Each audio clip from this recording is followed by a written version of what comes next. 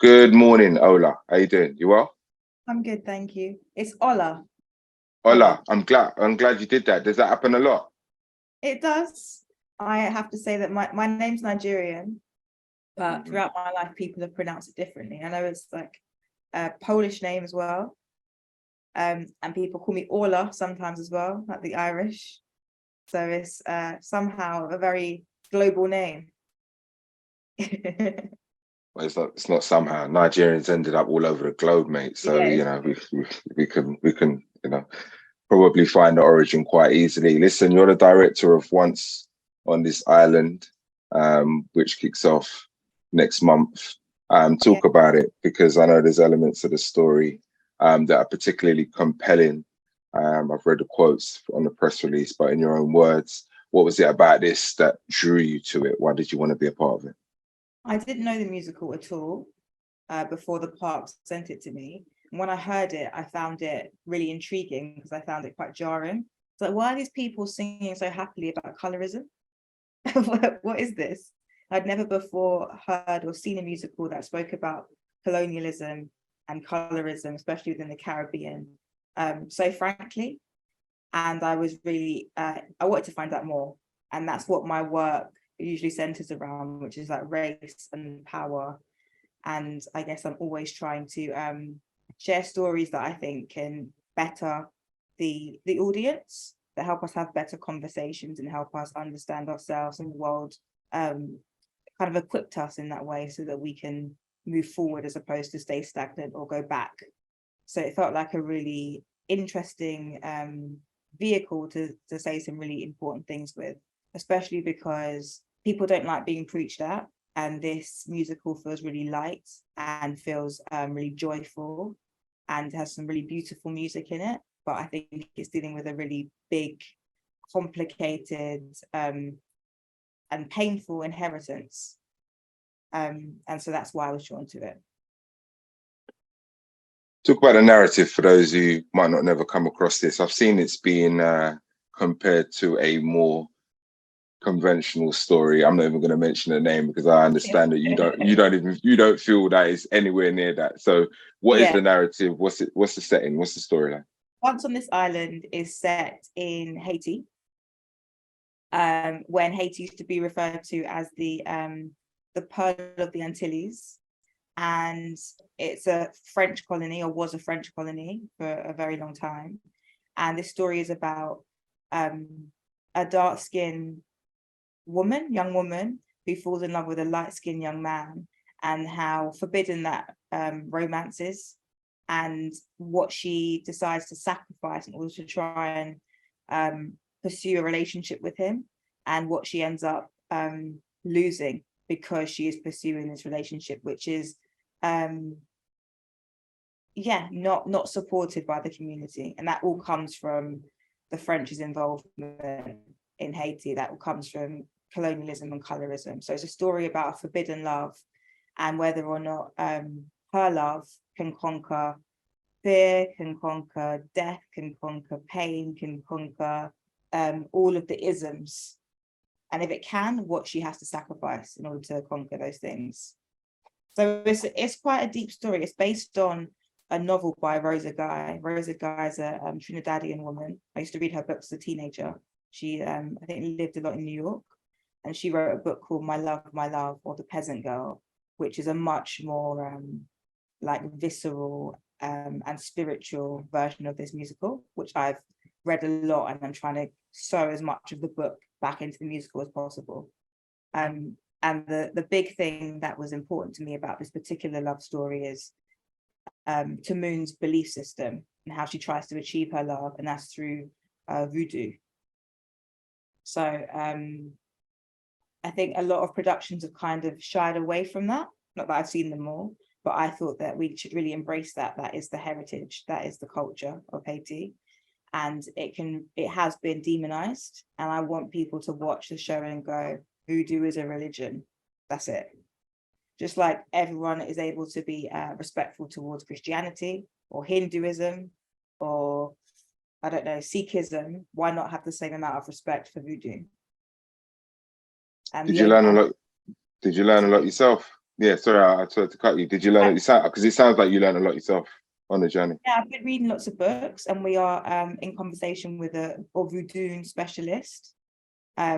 She's actually an American lecturer that I found online through listening to lots of podcasts. She's amazing. So she's our consultant. So she'll say you cannot dress Papa Gay that way, or Papa Gay's real name is Papa Gede, or there's no such thing as a god called Asaka, but the original god would be Papa Zaka.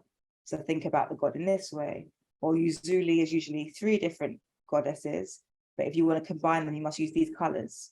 So the creative team's amazing, and I'm working with a costume designer called Melissa Simon Hartman, who has done a lot of amazing work, some of which is like she's a carnival specialist, and she is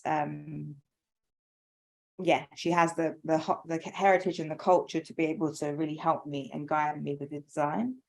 So it's been really amazing to be working with so many Black creatives and Black female creatives to make sure that we're being as authentic as we possibly can be with this culture. But also it is a piece of art, so it's about balancing that fine line, right, between creative freedom and respect. So it's been really interesting finding more and more about voodoo or voodoo, and understanding the political kind of demonization of it and where that comes from. The Santeria is very similar, but people don't demonize it as much because it's not seen as religion that banished the French. So it's all racism, I guess. It's won awards already, right? Like you said, it's based off a book. I think the first production was in 1995, if my research does me correct, and then one in 2000. Right, okay. It originated on Broadway, and then I think Sharon D. Clarke, who I love, has been in almost every production in the UK. So really, she should be one of the consultants. All hail Sharon. Exactly. You mean, come on, pay homage. So I should really be calling her and asking her to come and watch. But it's been done like on big stages in the UK, maybe like 2 or 3 times. Or twice, but other than that, it's usually been like schools doing the production. So how did you approach doing it, but making it your own while honoring previous successes? I'm not sure I've been honoring previous successes. I haven't really been looking at other productions like that. But for me, it's been about understanding the original story. And I have a relationship with the writer and the composer, Stephen and Lynn, and talking to them about where I have license to maneuver. And I've been talking to them about what it means to be Haitian now and how much of that I want to tap into, because we start our production in Haiti in 2023. And then we go back in time to tell Daniel and Tamoon's story. So, but really it's all, I think everything, the whole production has stemmed from me wanting to understand the gods that they've written about, and then to make those gods as authentic as I possibly can. So it's not actually a big, like, crazy, what's the word, like, interpretation. I think it's quite simple. I've just gone, oh, what was the Jewel of the Antilles? Haiti. Oh, who are these gods? They're voodoo gods. So it has to be a Haitian production about voodoo. Simple.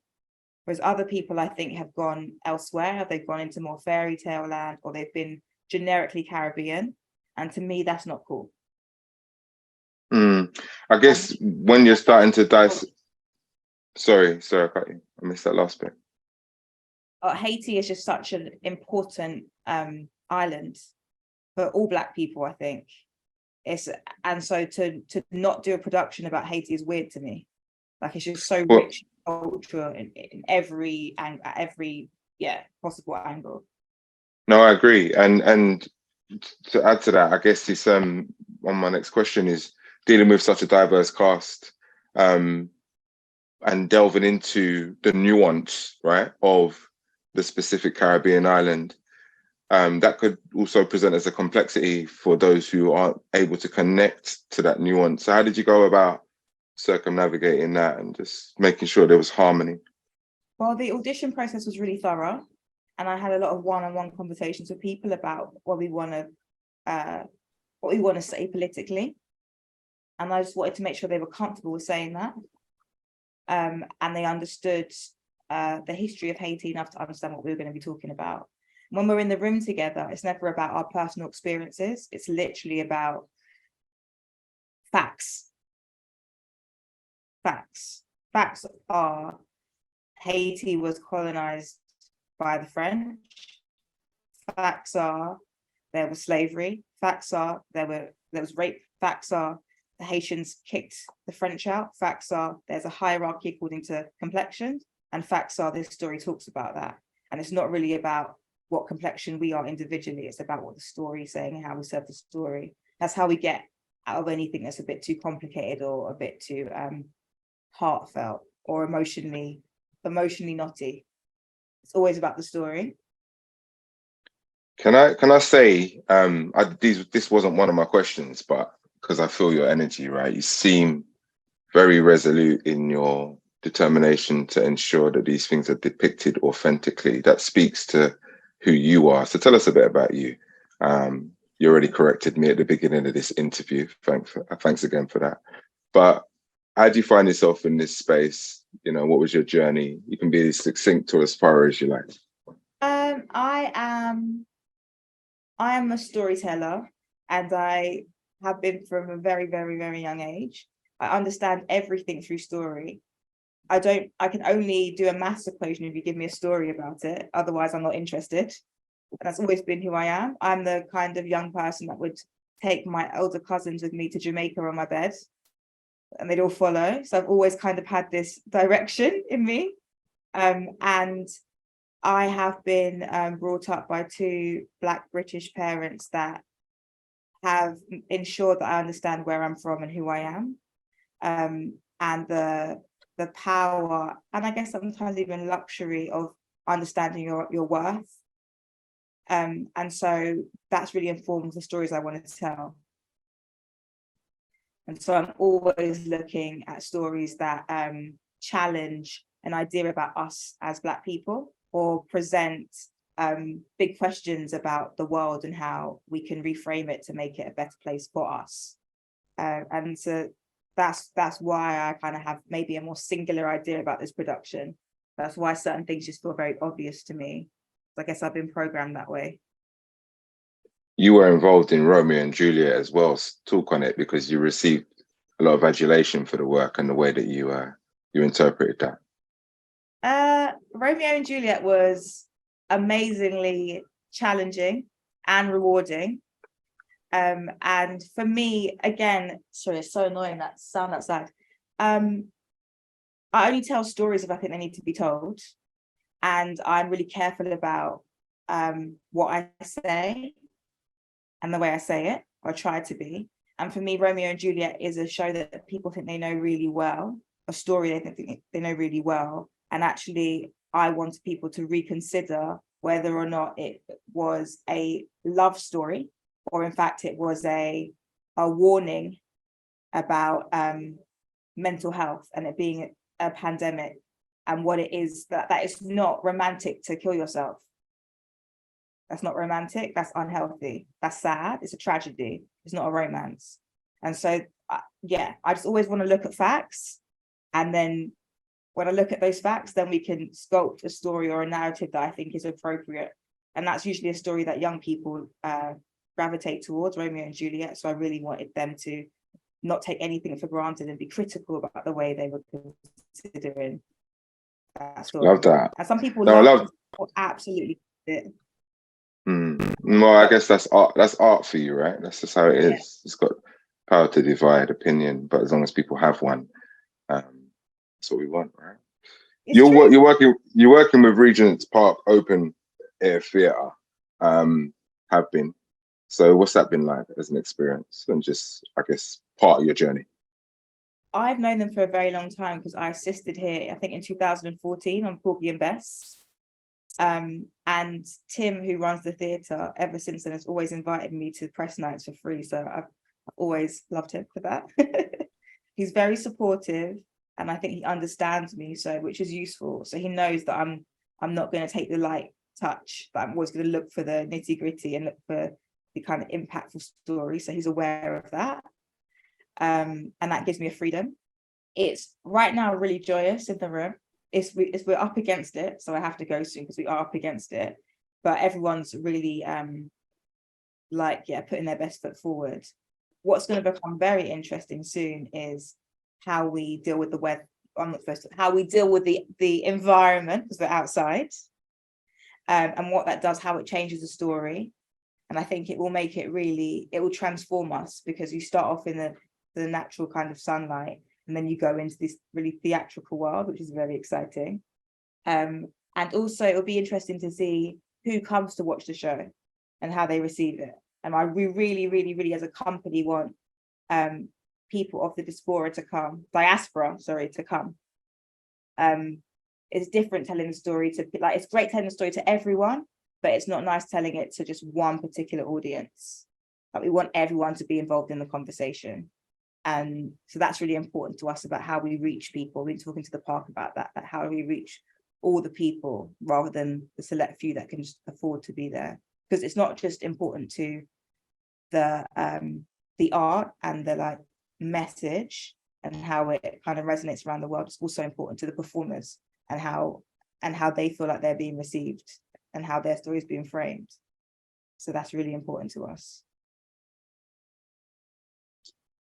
Thanks for your time. I really appreciate it. Once on This Island kicks off Regent's Park Air Theatre next month. I'll say next month for those who are watching, whenever they're watching, May 2023. If you're in London, get down there. Appreciate your time, Ola. Thank you. And Thank you. we'll catch up again soon.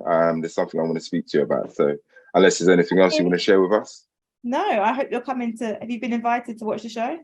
Oh yeah, they always look after me. I can't. That's one thing I must say. So yeah, I appreciate the invite. Speak soon. Thank you. Bye.